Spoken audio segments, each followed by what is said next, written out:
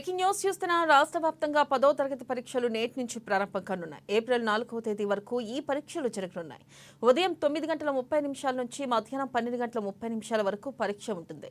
ఇక 10th పరీక్షలకు 5,09,403 మంది విద్యార్థులు హాజరు కానున్నారు.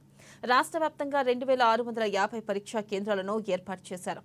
ఈసారి ప్రత్యేకంగా ప్రశ్నాపత్రంలో క్యూఆర్ కోడ్ను ప్రవేశపెడుతున్నారు. ఈ కోడ్ను స్కాన్ చేస్తే సీరియల్ నెంబర్ వస్తుంది.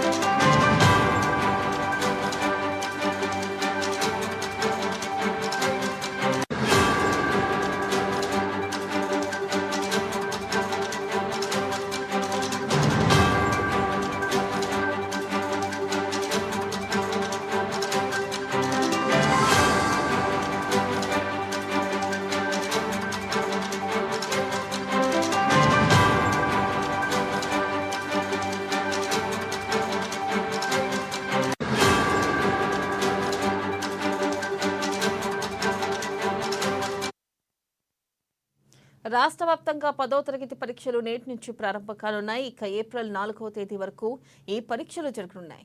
ఉదయం 9:30 నుంచి మధ్యాహ్నం 12:30 వరకు పరీక్ష ఉంటుంది.